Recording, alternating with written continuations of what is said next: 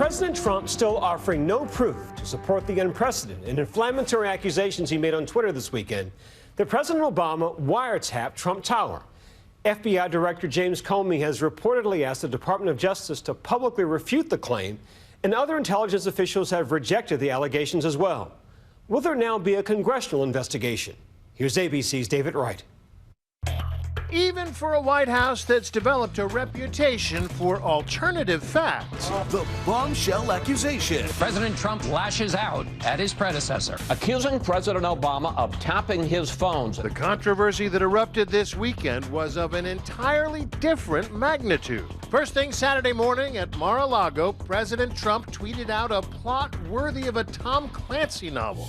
Trump flat out accused Obama of tapping the wires here at Trump Tower, accusing the former president of spying on him on the eve of the election.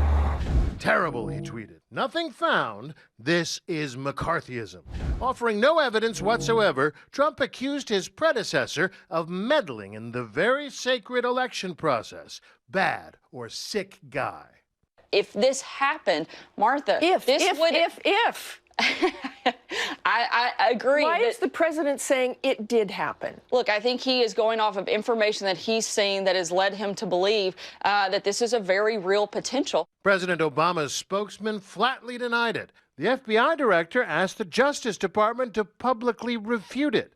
And the former director of national intelligence came out to deny it as well. There was no wiretap against Trump Tower during the campaign conducted by any part of the national intelligence community. And the president can't just order a wiretap. The process has legal safeguards and creates a paper trail. This is something that goes through the Justice Department.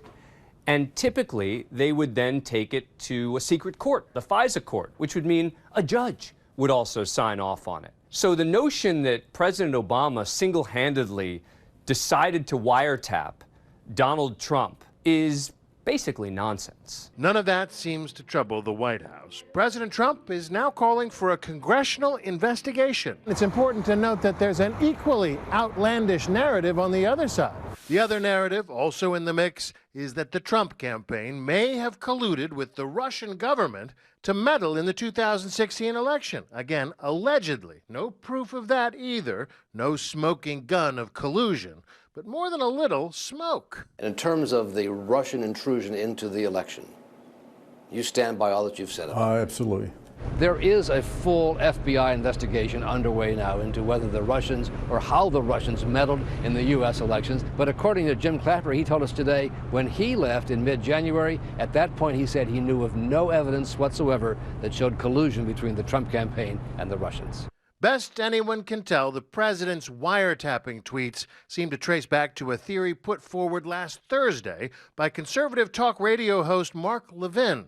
Barack Obama and his surrogates who were supporting Hillary Clinton and their party, the Democrat Party, who were using the instrumentalities of the federal government, intelligence activities, to surveil members of the Trump campaign. The next day, Breitbart Media jumped on the story. That Breitbart article made the rounds in the White House. We now know from White House sources that Trump went off to Palm Beach this weekend in a foul mood, erupting in anger at his senior staff in a tense Oval Office meeting. A TV camera positioned in the Rose Garden to film the president's departure caught a glimpse of the scene. You can see Steve Bannon there, gesturing. Sources say Trump was angry about the controversy surrounding his attorney general. Democrats have been calling for Jeff Sessions to resign ever since he admitted that he didn't tell the Senate Judiciary Committee the truth about his contacts with Russian officials. If there is any evidence that anyone affiliated with the Trump campaign communicated with the Russian government in the course of this campaign, what will you do? I'm not aware of any of those activities. I have been called a surrogate at a time or two in that campaign, and I did not have communications with the Russians. Last week, the Washington Post broke the news that he did, in fact, meet more than once with the Russian ambassador. So Sessions changed his story.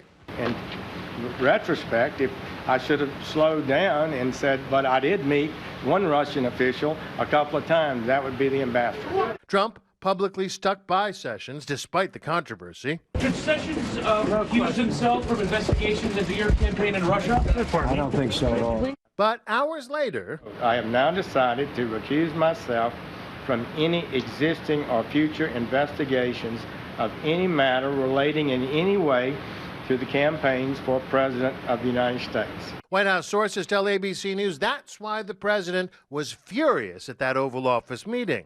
In the president's mind, this is weakness. This is acting guilty, acting like you have done something wrong. Because in his mind, it makes Sessions look guilty, and he thinks it was just an absolutely terrible mistake. The bottom line of this meeting, from what your sources are saying, is that Reince Priebus, the chief of staff, and Steve Bannon, the senior advisor, suddenly decide they're not going to go on Air Force One? Leaves without his two top people on the trip.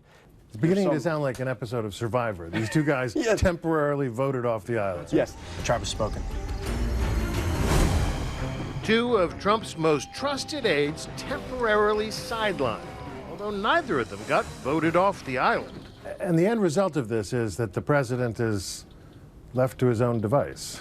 Right, so we have this, so his own tweetable device. Those tweets so explosive that cleaning up after them has become a full-time job for the West Wing.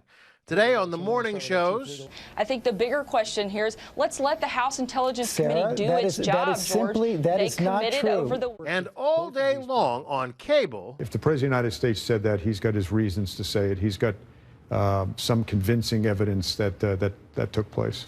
The talking points seem to be that he's the president. He must know what he's talking about. Today's White House daily briefing a bit unusual as a result. So these cameras outside the White House right now. We're not allowed into the briefing room today for the gaggle because cameras weren't allowed for the gaggle with Sean Spicer today. That's different. Inside the briefing room, Sean Spicer stuck to the party line. I'm just going to let the tweet speak for itself. There's no question that something happened. The question is it surveillance? Is it a wiretap or whatever? All they'll say right now is that the president's statement speaks for itself. Big deflections from the White House. The key here is, one of the points is, Donald Trump has a track record of doing just this kind of thing.